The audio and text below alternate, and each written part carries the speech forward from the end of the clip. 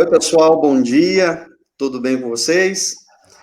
É um prazer estar aqui novamente, dando continuidade à nossa virada empresarial. Essa semana, né, cheia de atividades voltadas ao micro e pequeno empresário. E a gente começa o dia bem, né? A gente começa o dia muito bem com o pessoal da empresa Merim Erim, que está aqui nos prestigiando, né? Fornecendo um pouco do intelecto das coisas, né, das atividades que eles têm feito ultimamente. Eles vão comentar com a gente aqui bastante coisa. E aí, eu queria apresentá-los, né, queria falar um pouquinho antes que eles começassem propriamente, falar um pouquinho quem que é, então, esse Felipe e esse Tom, né, e um pouquinho da descrição da empresa. Eu sei que vocês já viram aí a chamada, o título da palestra é uma coisa bem legal. Então, eles vão falar um pouquinho sobre estratégia, falar um pouquinho mesmo sobre o que eles desenvolvem na empresa deles e, acima de tudo, fazer um apanhado geral de mercado, enfim, né? A Merim Erim, ela é uma empresa diferenciada, né? Ela vem somando técnicas de humanização e consciência nos negócios, com práticas e metodologias ágeis de gestão. A Merim Erim resolve problemas complexos com base na colaboração e propósito. Esse painel, então, ele vai mostrar como a sua empresa ela pode usar, né, o que tem para gerar destaque, lucro e engajamento interno e externo.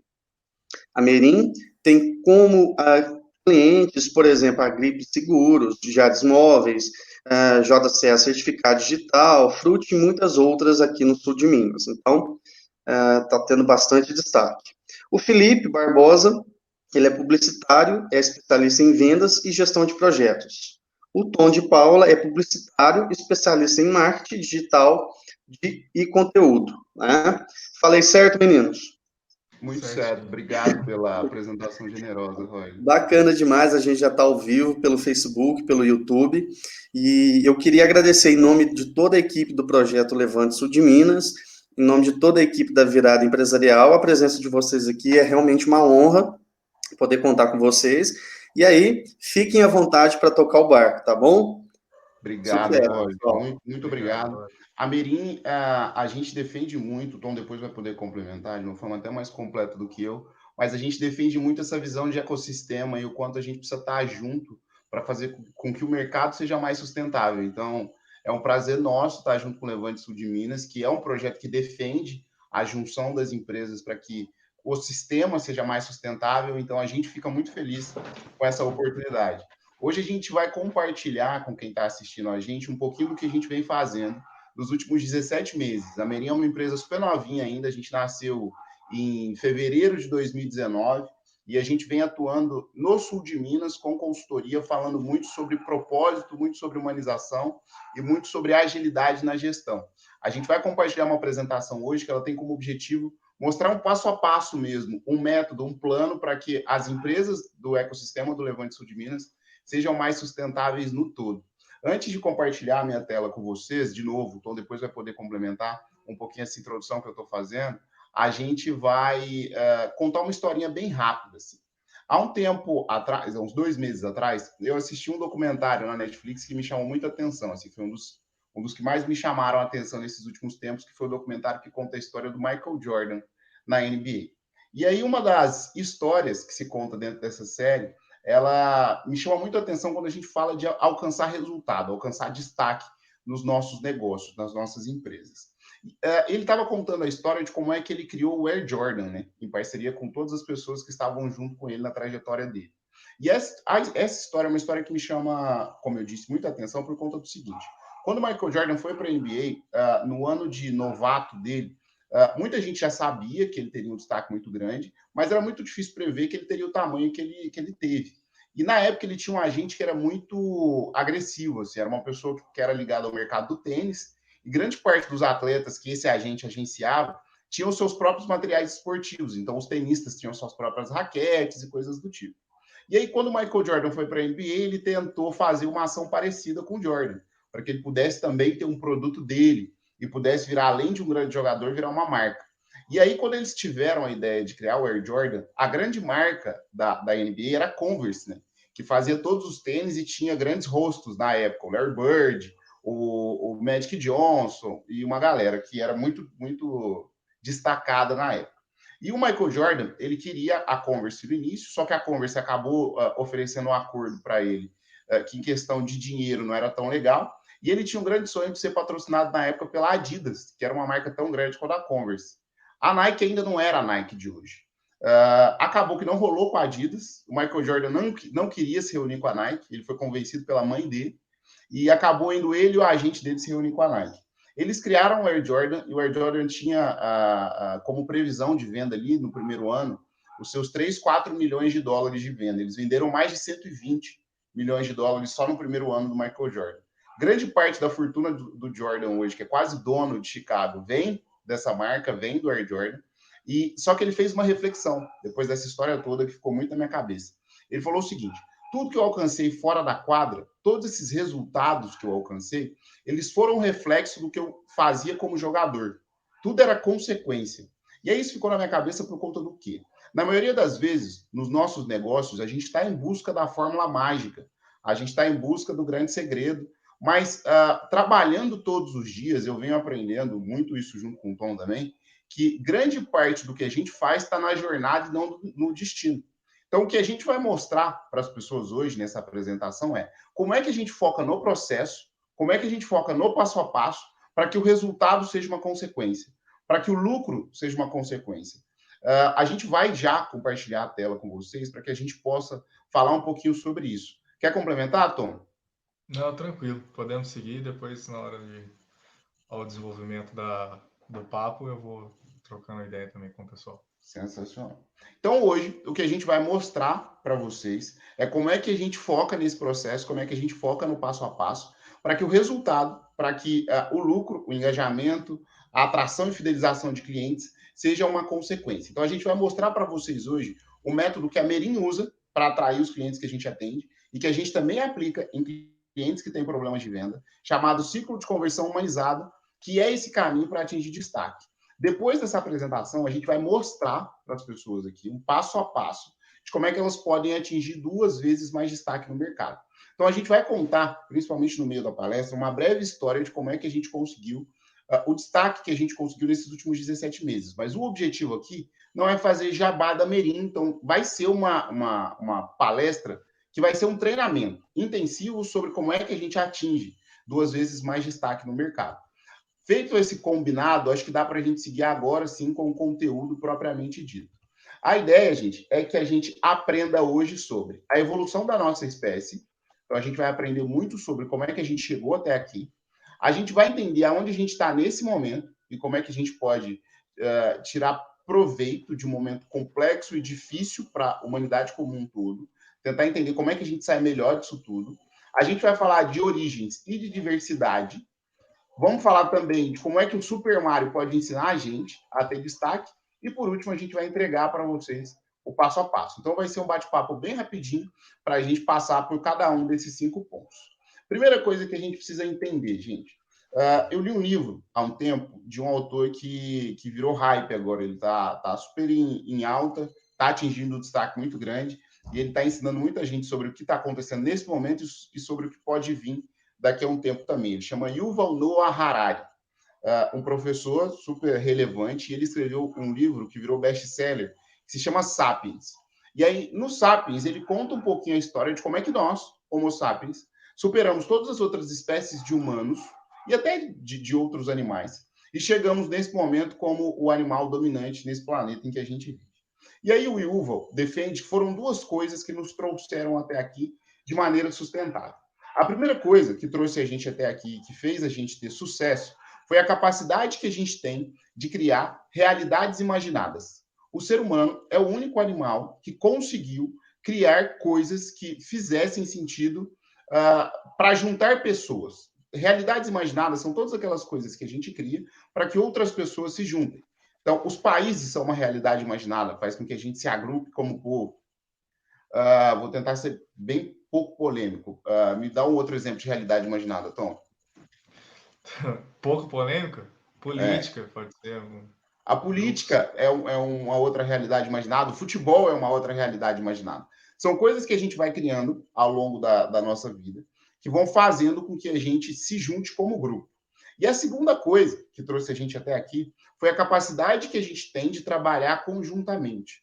No Sapiens, o Yuval defende que tudo que faz o ser humano se juntar tende a deixar o ser humano mais forte. Só que o que acontece, gente? Por mais que essas duas coisinhas fizessem com que a gente chegasse até aqui de uma maneira sustentável, a gente veio criando, com essas realidades imaginadas, uma ilusão da separação. O que isso quer dizer? A gente está a todo momento pensando como bairro, pensando como cidade, pensando como país e pensando pouco como planeta. E essa lógica faz com que a gente, nesse momento, tenha uma sociedade que é construída em cima de valores que não se sustentam. Porque enquanto a gente se pensar como separados de outras coisas, como a natureza, por exemplo, a gente nunca vai ter sustentabilidade, porque a gente sempre vai estar pensando que as coisas estão no mundo para nos servir, e não a gente servir ao mundo para que todo mundo ganhe junto. O que a gente precisa pensar nesse momento é, o que trouxe a gente até aqui foi essa capacidade que a gente tem de se juntar. Mas isso também criou para a gente uma ilusão da separação. E aí o Murilo Gun, que é uma grande referência, não só da comédia, mas da criatividade como um todo, ele diz o seguinte: a Terra olhada de fora, ela é só um organismo. E nós, dentro desse organismo, somos as células desse organismo. Quando a gente pega nós, seres humanos, quando uma célula se separa da outra, a gente acaba tendo uma doença. A gente acaba tendo ali um defeitozinho, colocando bastante aspas nessa palavra.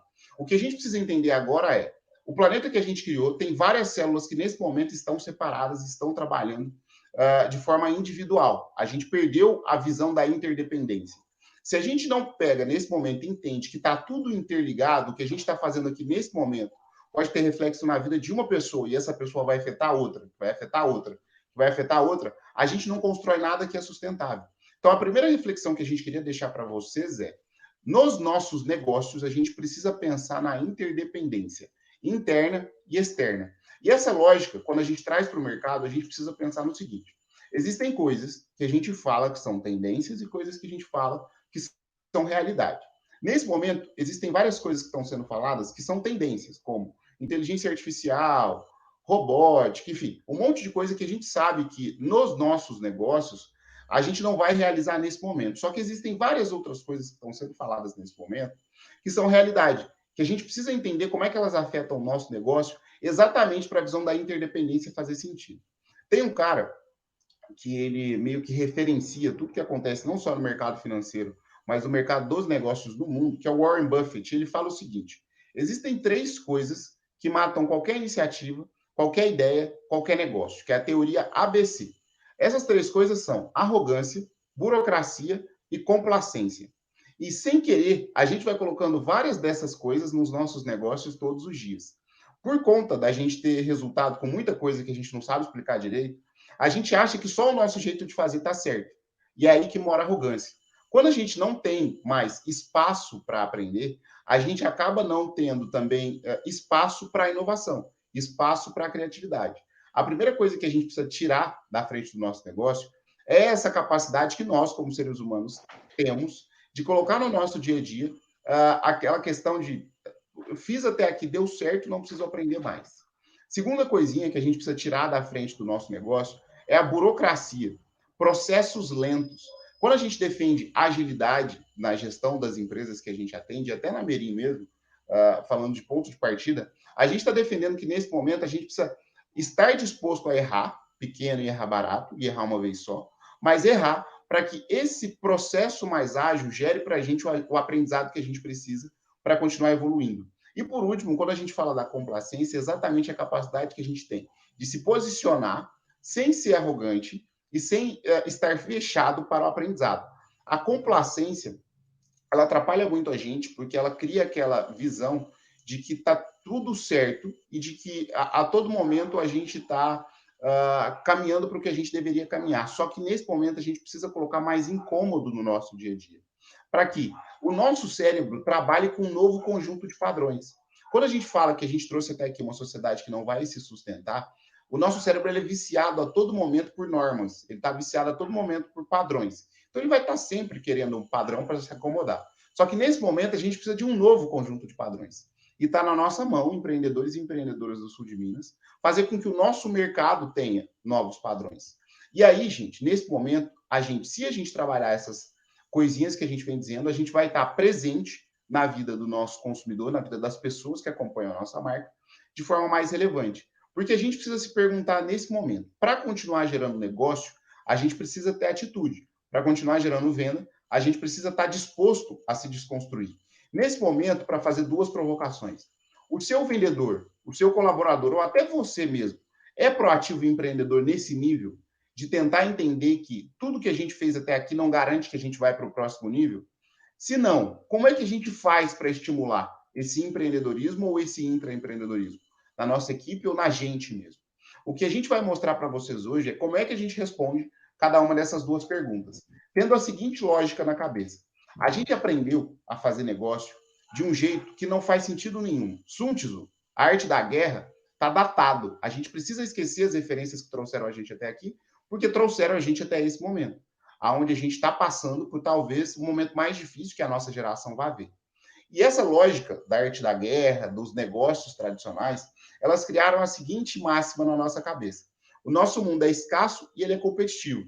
Se ele é escasso, ele é competitivo, eu preciso acumular o máximo de coisa para mim e o outro que se vire. Só que tudo que é escasso, uma hora acaba. Pode até demorar, mas acaba. O que a gente precisa entender, gente, é que o mundo ele é abundante. Só que ele só é abundante se ele for colaborativo. E aí, para explicar essa lógica, a gente sempre usa a metáfora da feira. Na feira, se a gente tiver uma fruta que falta, e aí vamos pegar a analogia da maçã, se está faltando maçã na feira, o que acontece com o preço da maçã? Ele sobe. E aí, se o preço da maçã sobe, o que acontece? A gente acaba excluindo um monte de gente que não pode pagar aquele preço e essas pessoas acabam realmente não tendo maçã em casa. Se a gente pensa que o mundo é escasso e a gente acumula maçã dentro da nossa casa e ela falta na feira, a gente acaba criando uma máxima que se autorrealiza. Só que se a gente trabalha para sobrar maçã na feira, o que acontece com o preço da maçã? Ele abaixa. E se o preço da maçã abaixa, todo mundo, ou a maioria das pessoas, vai ter a condição de ter maçã em casa. Logo, se a gente acredita que o mundo é abundante e trabalha para ele ser abundante de uma forma colaborativa, a máxima também acaba se autorrealizando. E o que a gente pensa dentro da metodologia que a gente montou na Merim nesse momento, gente, é que a gente precisa pensar os nossos negócios como abundantes, para que a gente seja mais colaborativo, para que essa colaboração gere mais inovação e gere mais criatividade. E foi dentro dessa lógica que a gente criou a Merim, certo, Tom? Isso mesmo. A gente, né, quando pensou na Merim, né, que a gente ficou um ano com a ideia incubada, trabalhando nos lugares que a gente estava, eu com o Felipe, a gente vem do mercado, né, de publicidade, como o Roger apresentou a gente no começo, a gente trabalhava em duas agências super importantes aqui de Varginha e da região, né, o Felipe lá na W Espanha e eu na Tupã. A gente estava em cargo, né, de liderança dentro das agências, só que a gente sentia um pouquinho de incômodo em relação ao modelo de negócio, agência de publicidade. E isso é uma coisa que a gente já conversou, inclusive, com os nossos companheiros, né, com os nossos ex-chefes também ali de trabalho. Conversei muito sobre isso com o Eric, com o Rafa, com o Marcelo, porque a gente via que, e até com outros profissionais de outras agências, que esse modelo de agência ele não estava mais fazendo sentido, não estava mais conectando com as demandas, né, das empresas atualmente, porque tentava se resolver tudo com comunicação, e a comunicação tem que ser uma parte só do processo, porque é muito melhor a gente fazer e depois contar que fez do que só falar que faz. Então, a gente estava, né, com um pouco desse incômodo sobre relevância dentro do que a gente fazia no dia a dia, não só do cliente, mas também da comunidade. E a gente queria fazer algo que realmente pudesse mudar um pouco o dia a dia das pessoas. E aí, estudando, né, um pouco sobre várias referências, a gente chegou, né, até um movimento que tem aí tem mais de 10 anos, pouco mais de 10 anos no mundo inteiro, mas aqui no Brasil ele chegou em 2013, mais ou menos, mas muito focado na capital, que é o movimento do capitalismo consciente. O capitalismo consciente, ele surgiu de um estudo acadêmico na Universidade de Bentley, que um professor nos Estados Unidos lá, o Raj Sisodia, ele quis entender por que algumas empresas não investiam massivamente em marketing tradicional, em propaganda mesmo, e elas conseguiam ter um resultado de faturamento, né, que é o quanto de dinheiro que levanta, tão legal quanto ou muito superior aos seus concorrentes. Ele queria entender o que tinha por trás daquilo. E aí ele foi entender que essas empresas que tinham esse destaque, que ele chamou de empresas humanizadas, elas tinham um papel cidadão muito claro, elas tinham um impacto positivo na sociedade muito claro. Então, elas não pensavam, né, só em ganhar dinheiro, elas pensavam em fazer bem para o mundo. E aí ele começou a comparar, né, o resultado no curto, no médio e no longo prazo das 500 maiores empresas na Bolsa dos Estados Unidos, que é a S&P aí, a Standard & Poor's, né, primeira linha aí.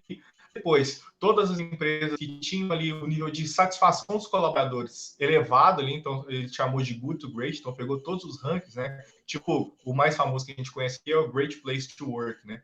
Que tem várias empresas aí que expõem muito, que são ótimas empresas para se trabalhar e tal. As humanizadas, elas vão um pouco além, elas não fazem bem só para o cliente e para o colaborador, elas fazem bem para a comunidade, para os fornecedores, para toda a cadeia de stakeholders que a gente fala. E essas empresas humanizadas, no médio e no longo prazo, elas têm um crescimento, né, em faturamento de 5 a 15 vezes superior do que as empresas que não são humanizadas, que não praticam o capitalismo consciente. A gente gostou, né? A gente conheceu esse movimento em 2018, a gente gostou bastante desse movimento, começou a estudar, aprofundar. Em 2019, a gente teve a oportunidade de participar do primeiro congresso latino-americano do capitalismo consciente, foi no Brasil, lá em São Paulo, no Senac Santa Amaro. E aí essa pesquisa, né, que o Raj fez lá em 2008, ela foi trazida para o Brasil com a metodologia até mais aprofundada, ele mesmo diz que é um aprofundamento da metodologia dele.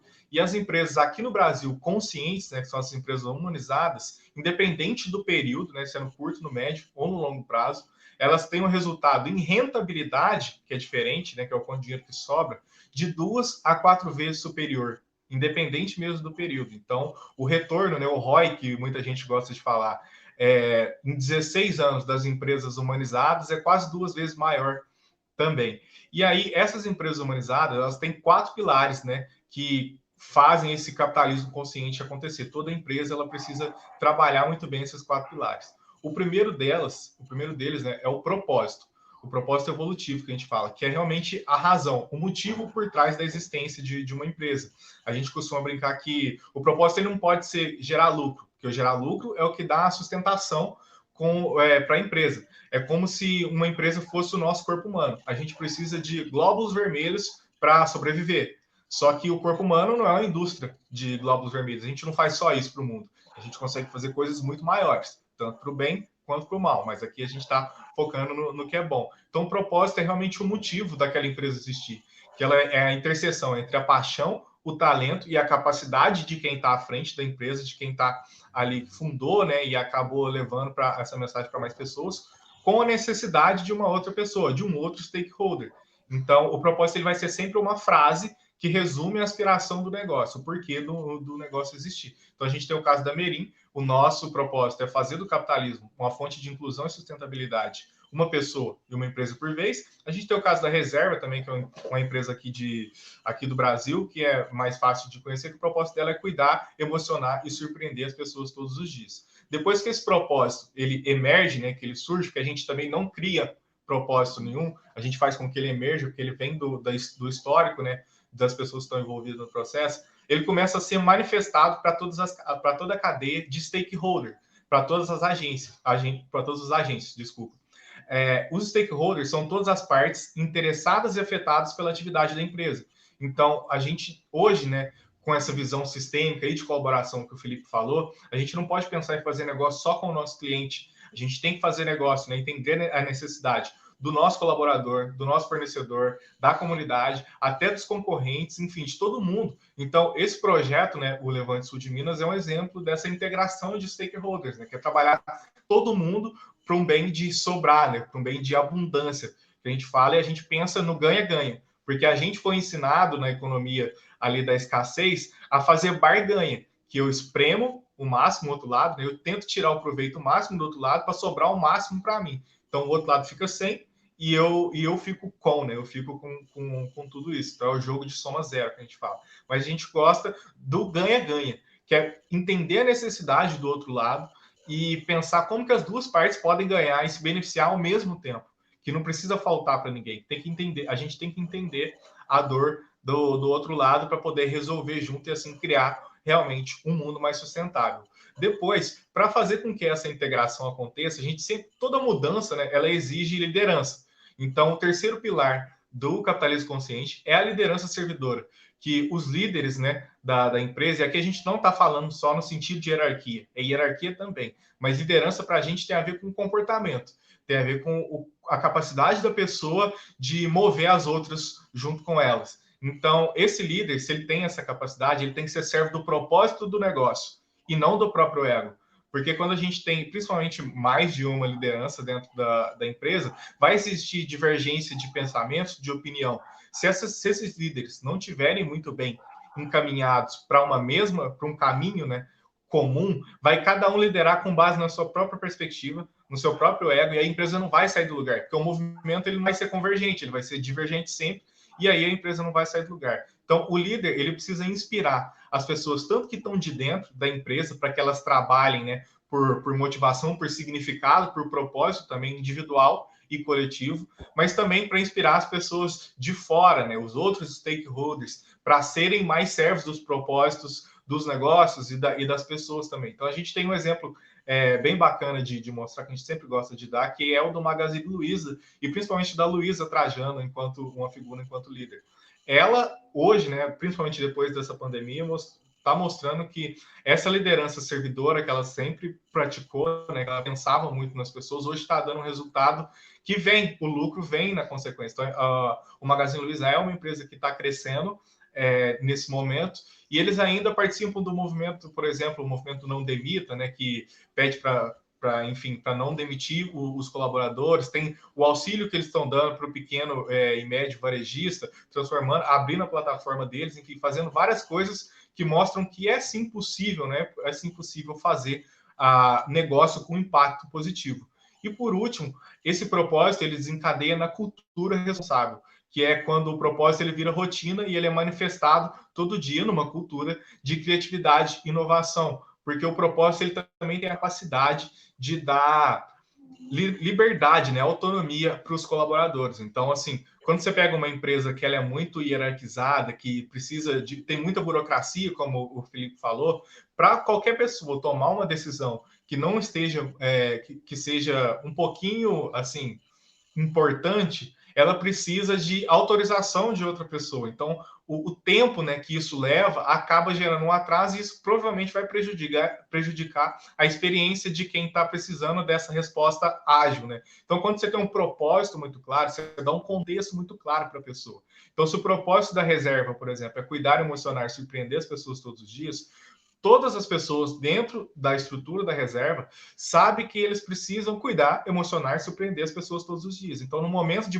bifurcação entre eles terem que dar uma ajuda para alguém, auxiliar um cliente de uma maneira mais carinhosa, vamos dizer assim, eles têm a chance de fazer e de não fazer. Como o propósito está muito claro, eles vão sempre optar por fazer. Então, o propósito serve para dar liberdade. A pessoa não precisa ficar perguntando para os superiores, né, se ela pode ou não pode fazer alguma coisa. O propósito está ali. Então, ela sabe se ela tem que tomar uma decisão que seja de acordo com o propósito. Só que isso é uma rotina, é uma construção diária mesmo. E a gente, com essa proposta, a gente acabou, depois de 2019, quando a gente abriu a Merim, a gente acabou chegando em empresas super importantes aqui da nossa região. Então, a gente tem o Grupo Central de Joias e Relógios, a gente tem a máquina de entretenimento, que é a Jardineira, o Sky, o Barbaridade, né, que tinha aqui até há pouco tempo.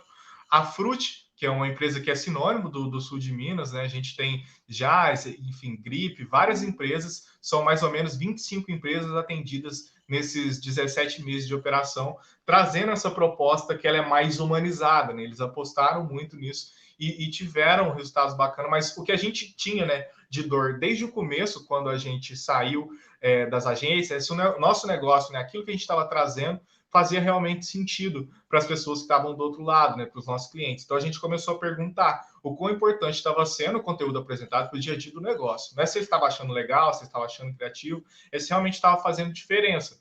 Então, a gente tem 100%, né, de aprovação nesse quesito em relação à satisfação dos nossos clientes. Então, a gente se preocupa muito com essa questão de realmente estar fazendo sentido. Porque no começo chamaram a gente muito de romântico, que esse negócio de propósito, o propósito era só ganhar dinheiro e mais nada, que isso não ia dar certo, principalmente numa região como a nossa.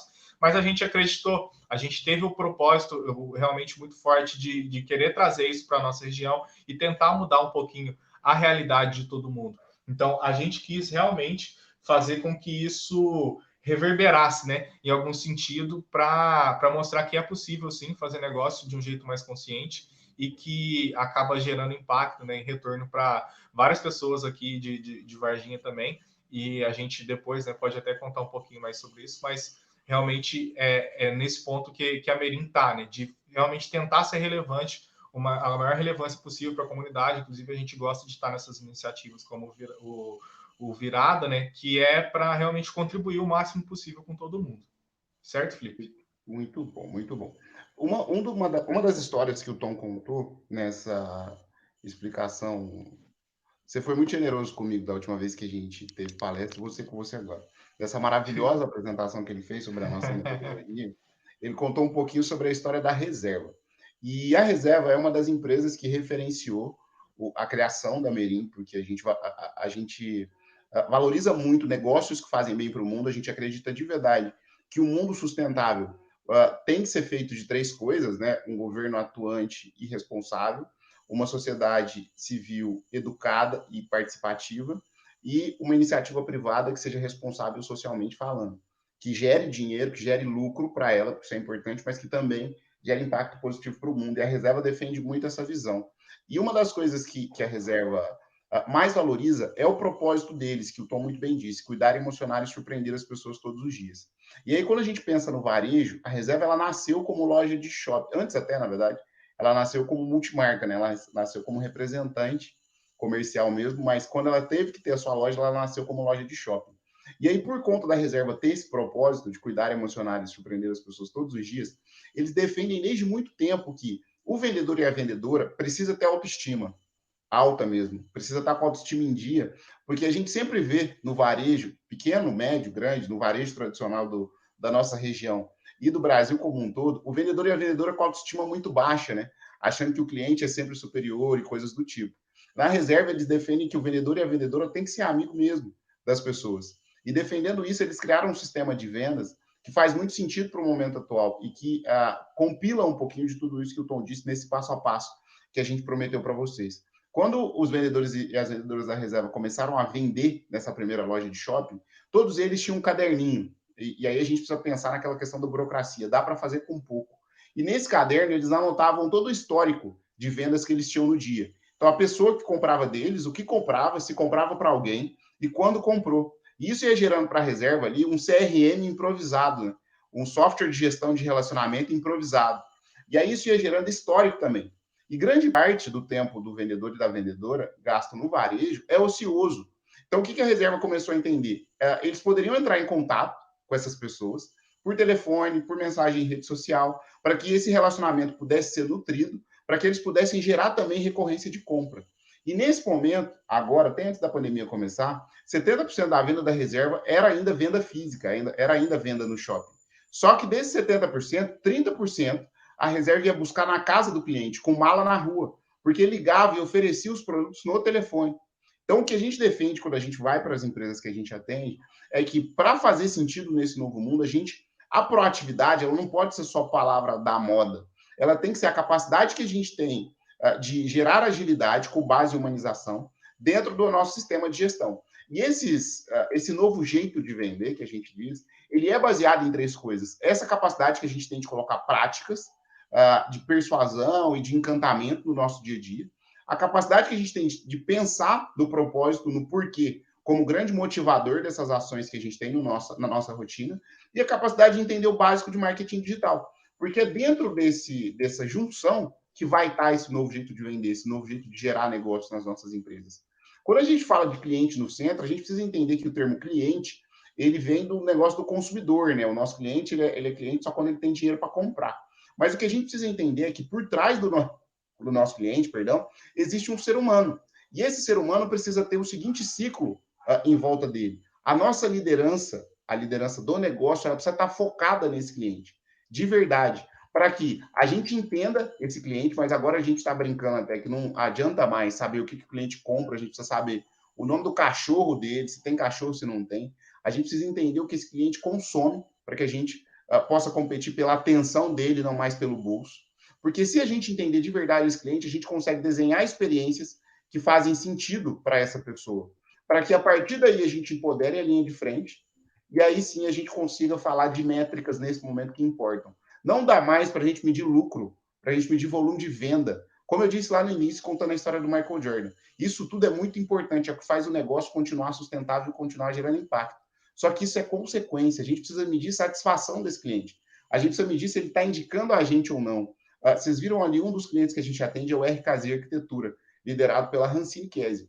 E a gente costuma brincar que a Hancine é a maior evangelizadora, a maior vendedora da Merim nesses últimos 17 meses. Porque além dela ser cliente, ela trouxe outras 4 empresas para serem atendidas pela gente. Então a gente precisa entender se o nosso cliente está indicando o nosso negócio hoje. Para que, por último, a gente fale sobre o feedback que retroalimenta esse ciclo. Porque depois que a gente tem esse ciclo muito bem estruturado, esse cliente ele vira a mídia que o nosso negócio precisa. E aí, para fazer sentido para ele, gente, a gente está caminhando para o fim, o que a gente precisa entender? A lógica do Super Mario é a seguinte: existe o Mario e existem as coisas que ele vai pegando ao longo do caminho. Por exemplo, a florzinha que faz ele soltar fogo. É muito mais fácil para o Mario resgatar a princesa soltando fogo do que sem soltar fogo. Nessa metáfora, o seu cliente é o Mario. O seu produto ou serviço é a florzinha. Existe o que o seu cliente consegue fazer depois que ele compra o seu produto ou serviço. Qual que é a maior dificuldade da maioria das empresas? Elas focam no produto ou serviço. É mais barato, é mais legal, é mais vermelhinho ou azulzinho. Propaganda de banco é sempre assim. Mas o que a gente precisa entender é, mais importante do que o nosso produto ou o nosso serviço, é a transformação que o nosso produto ou serviço gera. O que a gente precisa entender nesse momento é que o nosso cliente não está atrás da furadeira, ele está atrás do quadro da parede.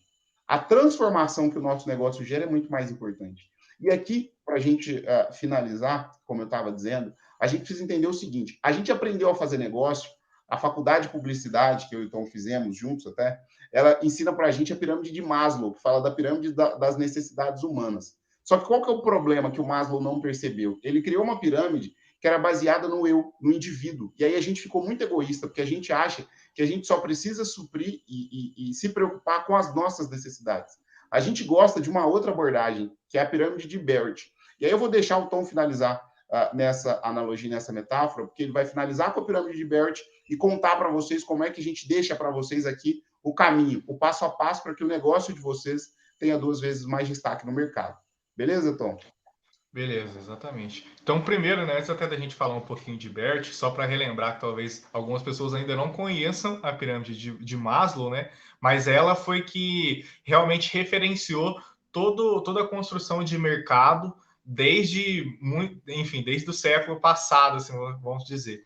Então, a pirâmide de Maslow ela começa nas necessidades básicas, né, fisiológica, que depois evolui para a segurança, a afiliação, autoestima e autorrealização. Então, o topo da pirâmide é quando a pessoa se sente muito bem realizada, que ela consegue comprar a casa dos sonhos, enfim, que ela consegue satisfazer só os próprios desejos delas. Então, tudo hoje que a gente vê, né, a maioria das coisas que a gente vê, um negócio ele está encaixado num tipo de nível dessa pirâmide aí. Então, tem o fisiológico, enfim, para quem vende coisa relacionada à saúde, higiene, comida e assim vai. Só que existe um novo autor que fez uma releitura dessa pirâmide, que é o Richard Barrett, que ele fala sobre os 7 níveis de consciência, né? Porque no primeiro momento, quando o indivíduo ele tá, né, o indivíduo ou uma empresa, ele está nesse estágio de sobrevivência, ele evolui para a fase de relacionamento, ele tem sim a fase de autoestima, mas depois ele tem uma transformação, porque a gente não pode parar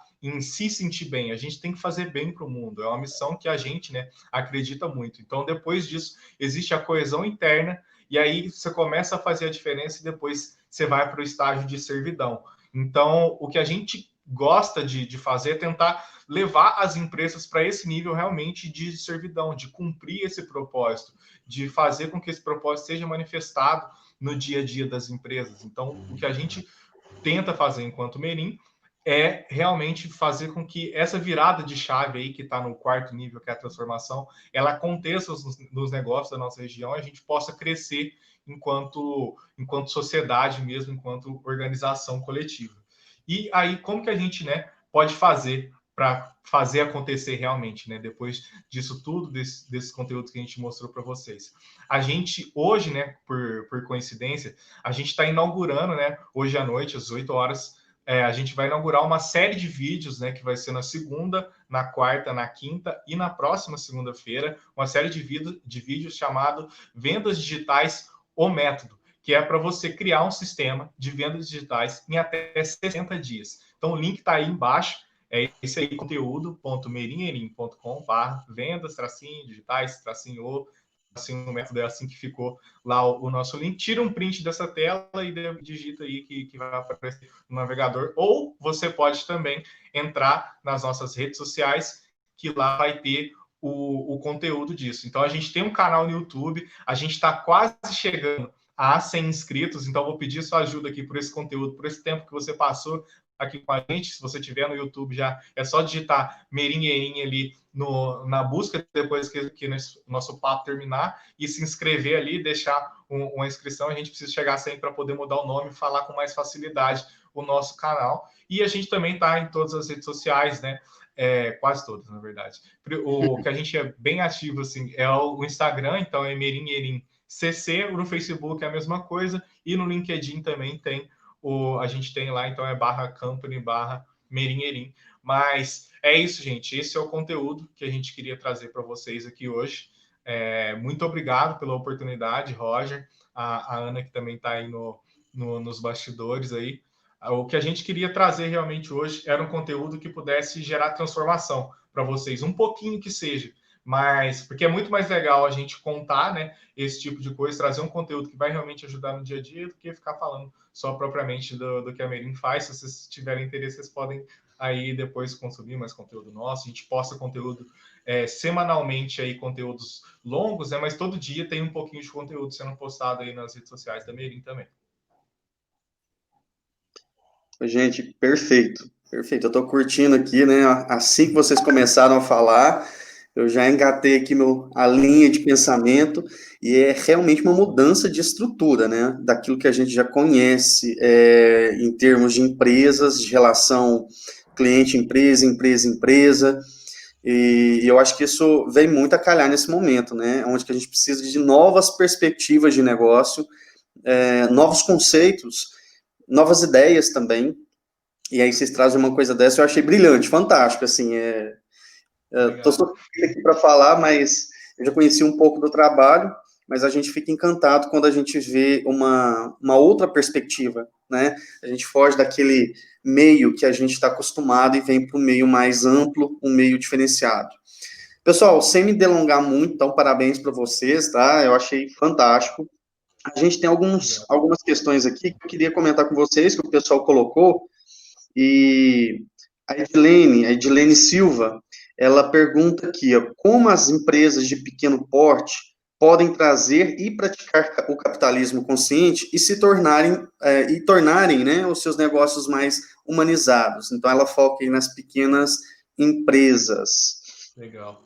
Vamos lá, vou responder, depois o Felipe pode complementar. Eu até, coincidentemente, semana passada escrevi um texto que está no nosso LinkedIn, e a gente disparou para a nossa audiência também, contando um pouquinho da nossa história. Então, aqui eu vou contar um pouquinho de como a gente praticou isso, né? Porque a gente também é uma empresa pequena, de pequeno porte. A gente tem eu, o Felipe, a Flávia, que é a nossa outra sócia, e o Luiz. Gentil. Oi? Pequeno, você está sendo gentil. A gente ainda é muito bem bebê, pequenininho. Isso. Mas a gente é essa empresa de pequeno porte, mas o que a gente fez? Primeira coisa, Edilene, a gente foi entender o que a gente acreditava, no que a gente acreditava e no que a gente era bom, que a gente podia contribuir para todo mundo, né? Então, a gente sempre acreditou, né, individualmente também, e por ser mais próximo, que a educação, ela pode transformar a vida das pessoas. Então, a gente vem de origens, né, parecidas, então a gente entendeu que a educação é realmente transformadora. E a gente queria fazer com que isso pudesse ser realidade para outras pessoas. Então, dentro do movimento capitalismo consciente, existe um tipo de empresa que pratica um modelo que é o modelo 1 para 1, que é para cada venda que você faz, você doa alguma coisa. Pode ser o mesmo produto que você vende, mas pode ser outra coisa. A gente adaptou um pouquinho esse modelo para a nossa realidade. Então, para cada contrato mais longo que a gente fechava com os nossos clientes, uma parte desse contrato virava uma mensalidade e o transporte para um jovem em situação de vulnerabilidade social de um curso profissionalizante. A gente tem parceria com o Levanta Te Anda, aqui que é uma associação beneficente que atende mais de 200 famílias, e dentro lá do Levanta Te Anda existe uma iniciativa que é o Projeto Crescer, que atende crianças e adolescentes de 7 a 15 anos de idade.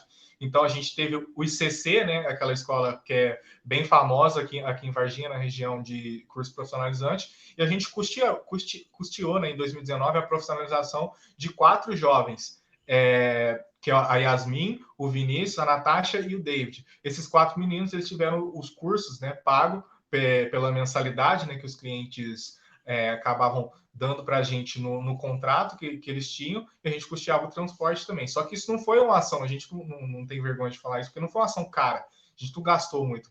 Cada contrato era menos de R$100 por mês que a gente dava com os meninos, e a gente tinha a possibilidade de transformar em uma realidade. Então, a gente fez isso pensando como que a gente pode fazer isso de acordo com aquilo que a gente imagina, que a gente gosta, que a gente acha que é necessário, mas procurou parceiro também, intermediário, para não ficar na nossa responsabilidade. A gente fazia intermediação, a gente integrava esses stakeholders, né, com a coisa que a gente falou, e aí a gente conseguiu chegar no projeto Ubuntu, né, que é esse projeto de profissionalização. Esse ano ele está passando por mudanças para adaptar para essa realidade, que é um pouquinho diferente, mas tem uma coisa também, Dylan, que estava ali nos dados, as pequenas, né, micro e pequenas empresas são mais ou menos 99,1% das empresas registradas no nosso país.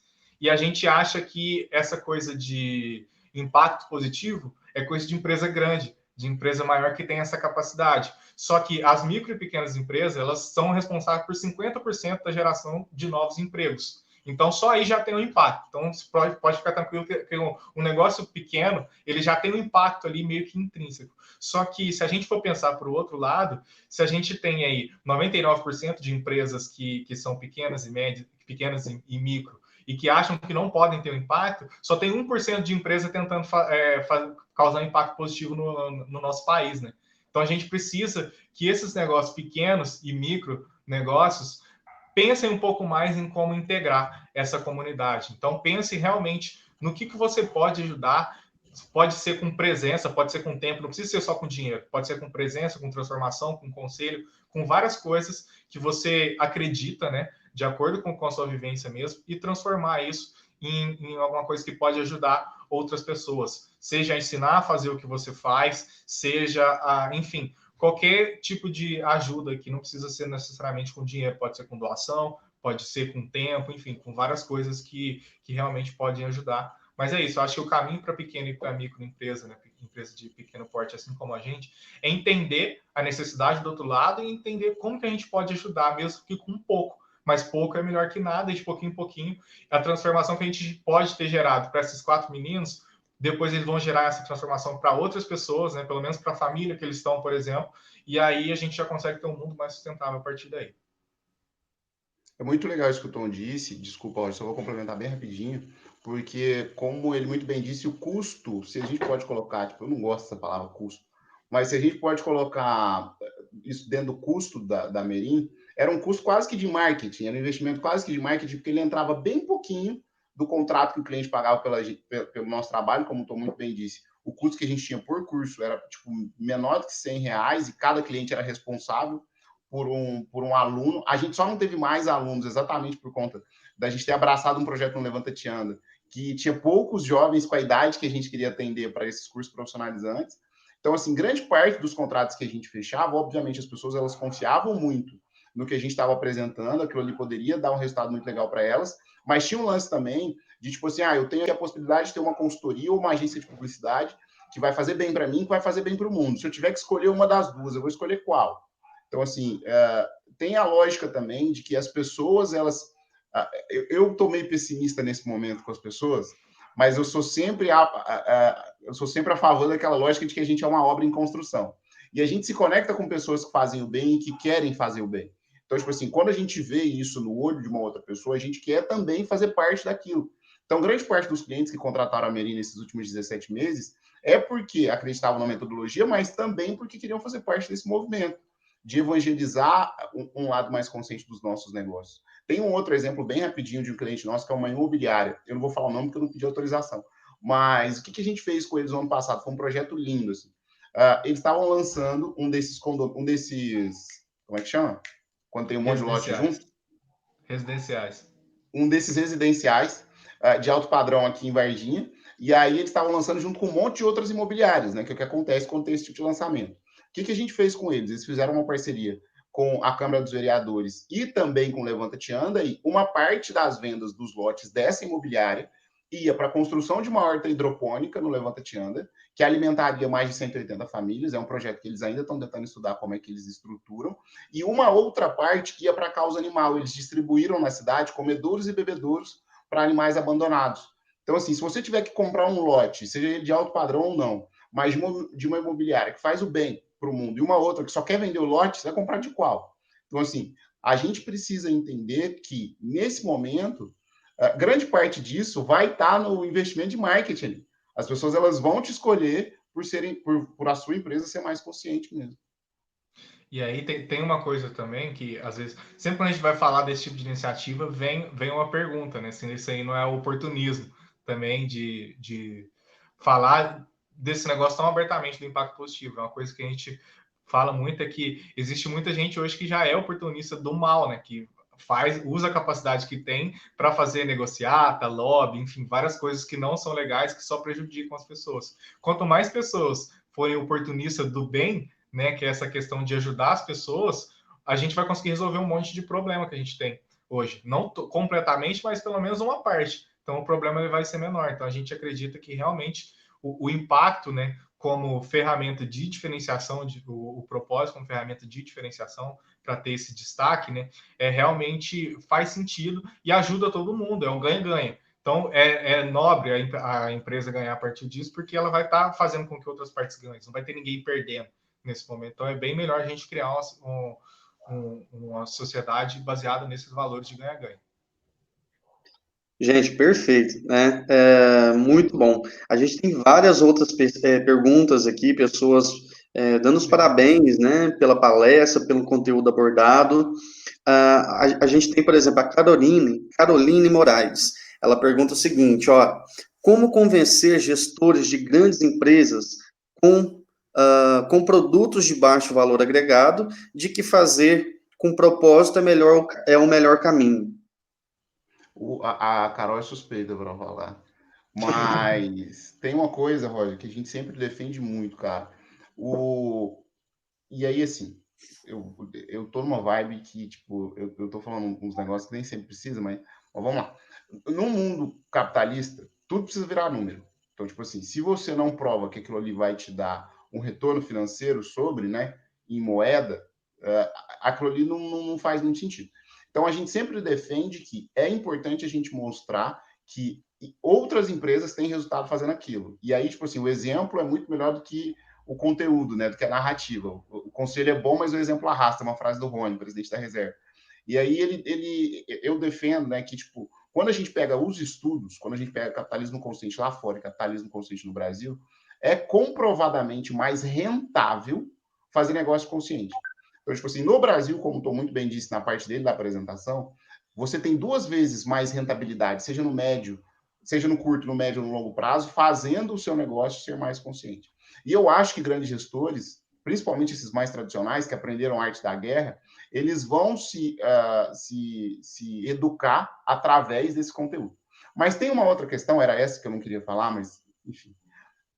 Eu acho que, tipo assim, tá na mão da nossa geração fazer isso. Eu não sou tão romântico ao ponto de achar que um grande gestor ou uma grande gestora que aprendeu a arte da guerra, não acho que essas pessoas elas vão mudar de um dia para o outro, de verdade.